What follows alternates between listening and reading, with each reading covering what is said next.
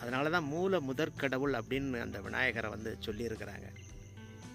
அப்போ இது எல்லாம் வேணும் அப்படின்னா இதை பெறுவதற்கு நீ கடினமாக முயற்சி செய்ய வேண்டியதில்லை.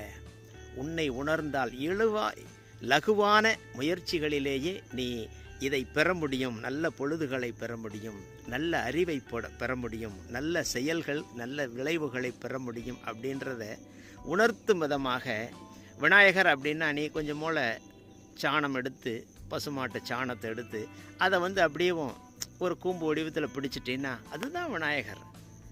ஒரு மஞ்சளை எடுத்து அப்படியே தண்ணியில் குழைச்சி ஒரு கூம்பு வடிவத்தில் பிடிச்சிட்டின்னா விநாயகர்.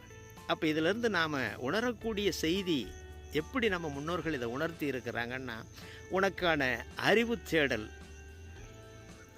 உனக்கான நல்ல நேரங்கள், உனக்கான நல்ல விளைவுகள் எல்லாம்